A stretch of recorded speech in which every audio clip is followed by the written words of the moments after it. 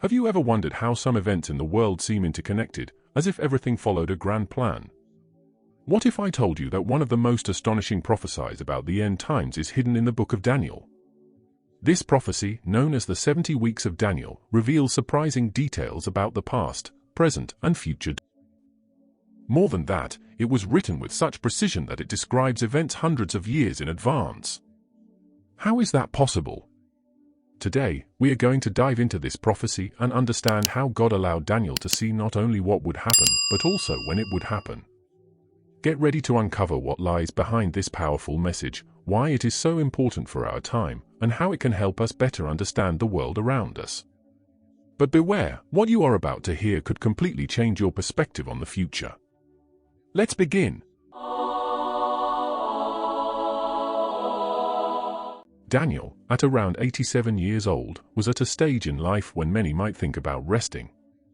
However, he was not willing to stop seeking answers about what God was doing in the world. At that time, the Babylonian Empire had fallen, and the Persians were in power. For Daniel, this represented more than just a shift in political power. He knew these events were part of God's greater plan. But what was that plan? That is what he wanted to discover. He began by studying the scriptures. Daniel understood that to seek answers, one must first listen to what God had already said. He read the words of the prophet Jeremiah, which spoke of something intriguing: the exile of the people of Israel would last 70 years.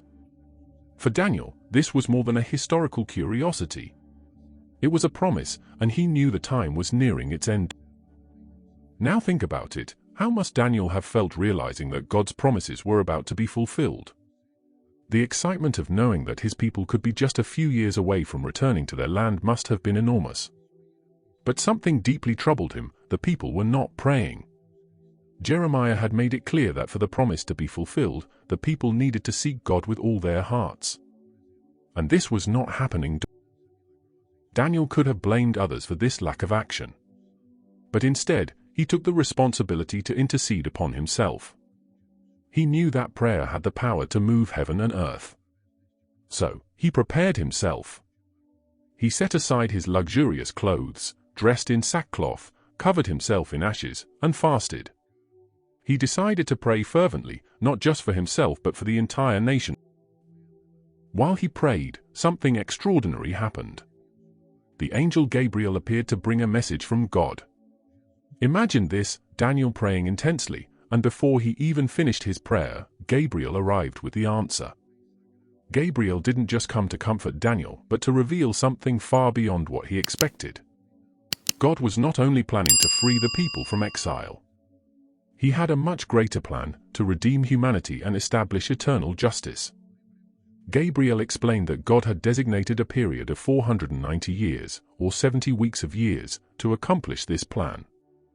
It was a divine timeline with specific stages. First, Jerusalem would be rebuilt.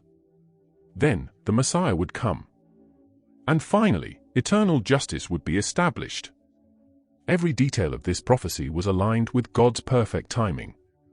This message was both exciting and challenging. Daniel had asked for a quick answer, but God revealed a plan that would take centuries to complete. This teaches us something profound: while we want immediate answers, God works with an eternal perspective. He doesn't just solve temporary problems, He transforms entire stories. In the next few minutes, we will delve into each detail of this prophecy and understand what it means, not only for the past, but also for our present and future. After all, if God was so precise in fulfilling these promises, we can trust that He will continue to fulfill every one of His words. Stay with us, because what you are about to discover will open your eyes to the incredible plan of God that is still unfolding. Now that we understand how Daniel sought God in prayer, guided by his faith, and what he found in the scriptures, it is time to dive deeper into the revelation he received. What makes this prophecy so special? Why is it considered one of the most precise regarding the end times? Let's find out. When the angel Gabriel appeared to Daniel, he brought a clear message. God was revealing a specific timeline, something only He could do. Think about it: the creator of the universe, who knows the past, present, and future, decided to share exact details about events yet to come. Isn't that amazing? Gabriel explained that God had reserved a period of 70 weeks of years, that is, 490 years, to accomplish something extraordinary. This time was not arbitrary.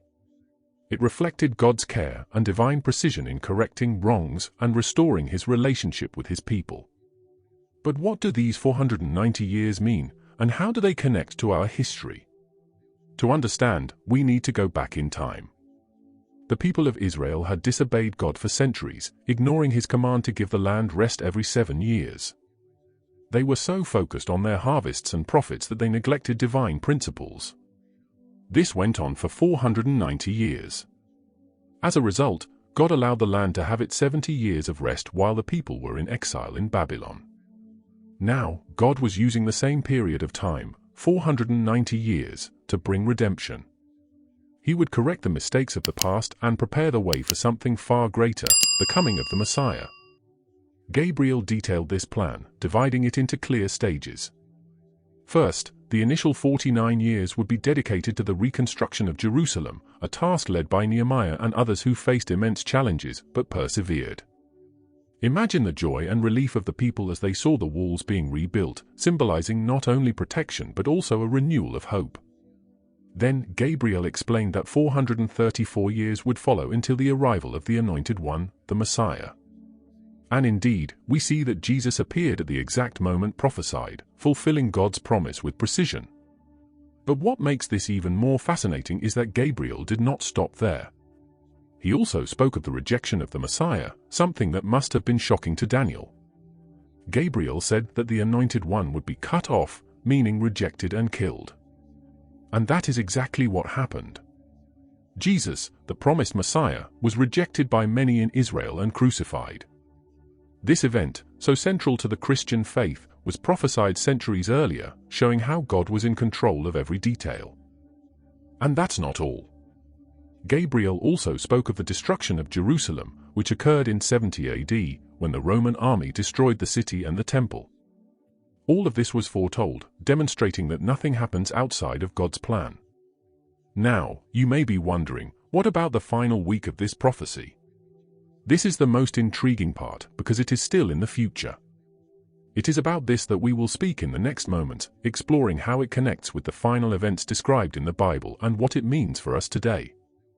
What is clear so far is that God has a plan, and He is in absolute control of time. Even when things seem out of place, He is working, fulfilling His promises. And what does this mean for your life? That you can trust Him. If God was so faithful in fulfilling every detail of this prophecy, why wouldn't He also be faithful in taking care of you?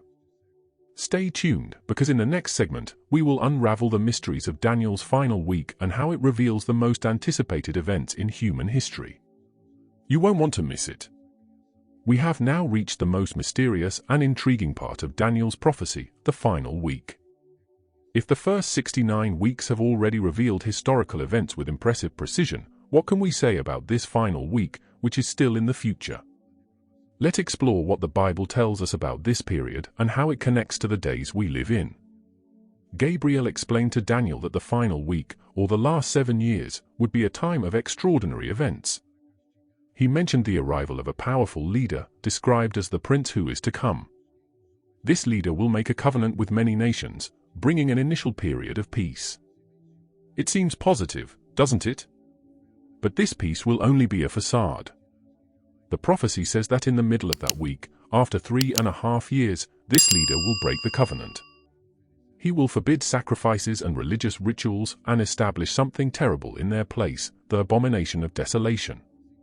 This event will mark the beginning of a time of tribulation unlike anything seen before in history. Here, it's impossible not to recall what Jesus said in Matthew 24 verses 15 to 22, when He warned His disciples about this same event. He described a period of great suffering, but also assured that this time would be shortened for the sake of the elect. Now, why is this final week so important? Because it not only concludes God's plan for Israel, but also sets the stage for the return of Christ. It is in this moment that all promises of redemption, justice, and restoration will be fulfilled. Think for a moment about what this means. Daniel's prophecy is not just a record of future events, it is a powerful reminder that God is in control. Even when everything seems to be falling apart, He has a perfect plan. And where does that leave us today? The truth is that we are living in the interval between the 69th and 70th week. This is the time of grace, a period in which God has extended His salvation to all people, not just Israel. It is the moment when we have the opportunity to draw closer to God and live according to His will. But what should we do while we wait for the fulfillment of this final week? Like Daniel, we must remain in constant prayer and vigilance. Daniel didn't just read the scriptures, he lived them. He trusted in God's promises and acted on them. Similarly, we are called to trust, pray, and stand firm in our faith. The prophecy of the 70 weeks shows us that God's timing is perfect. Even when events seem delayed or confusing to our eyes, we can be sure that He is in control. Every detail is aligned with His plan, from past events to those yet to come. In the next few minutes, we will discuss how this final week connects us directly to God's plan for the world and humanity. And, more importantly, what this means for your life. Don't go away, because the best is yet to come. Now that we understand what the prophecy of the 70 weeks has revealed so far, it's time to dive into the most challenging and yet most hopeful events of this story. Daniel's final week, the last 7 years, represents the climax of God's divine plan for humanity.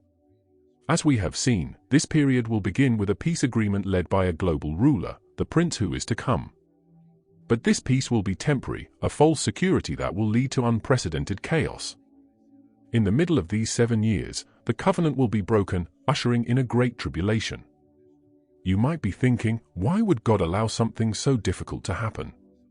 The answer lies in redemption. This time of tribulation will be used to purify, restore, and prepare the world for the return of Christ. God always has a purpose, even in the darkest moments.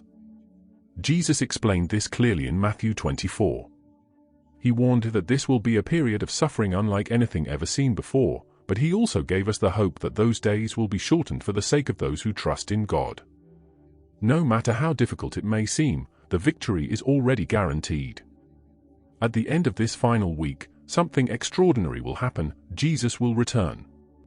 He will no longer come as the sacrificial lamb, but as the triumphant lion. He will defeat the Antichrist, restore justice, and establish His eternal kingdom. This part of the prophecy is the culmination of God's plan for humanity.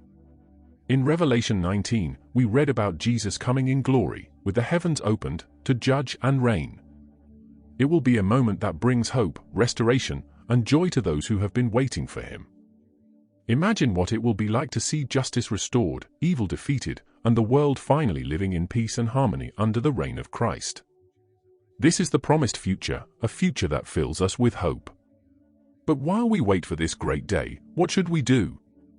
The prophecy of Daniel teaches us something essential: we need to be ready. Just as Daniel dedicated his life to prayer, to reading the scriptures, and to obeying God, we are also called to do the same. This is the moment to align our lives with God's purpose, to seek His presence, and to live with faith and hope. The prophecy of the 70 weeks reminds us that God is in control, that He has a perfect plan, and that every detail is being fulfilled in His time. If God was so faithful in fulfilling His promises in the past, we can have total confidence that He will continue to be faithful in the future. He not only knows the end of the story, but He has already guaranteed the victory. We have reached the end of this video, but what we learned today is just the beginning of what God has in store for those who seek Him. The prophecy of Daniel is living proof that God is in control and that He works with precision, fulfilling every detail of His word. If there is one thing this prophecy teaches us, it is that time is precious. We do not know how much time we have until the beginning of the final week, but we do know that God calls us to live prepared. This means living with purpose, faith, and obedience, trusting that He has everything under control. Now, I want to hear from you. What impressed you the most about the prophecy of the 70 weeks? Leave your comment and share your thoughts. I would love to hear how this message impacts your life today. Before you go, don't forget to like this video, subscribe to the channel, and hit the notification bell to receive more content like this. And, of course, there is already another incredible video appearing on your screen right now, full of revelations you won't want to miss. Thank you so much for watching, and see you in the next video. May God bless you and your family.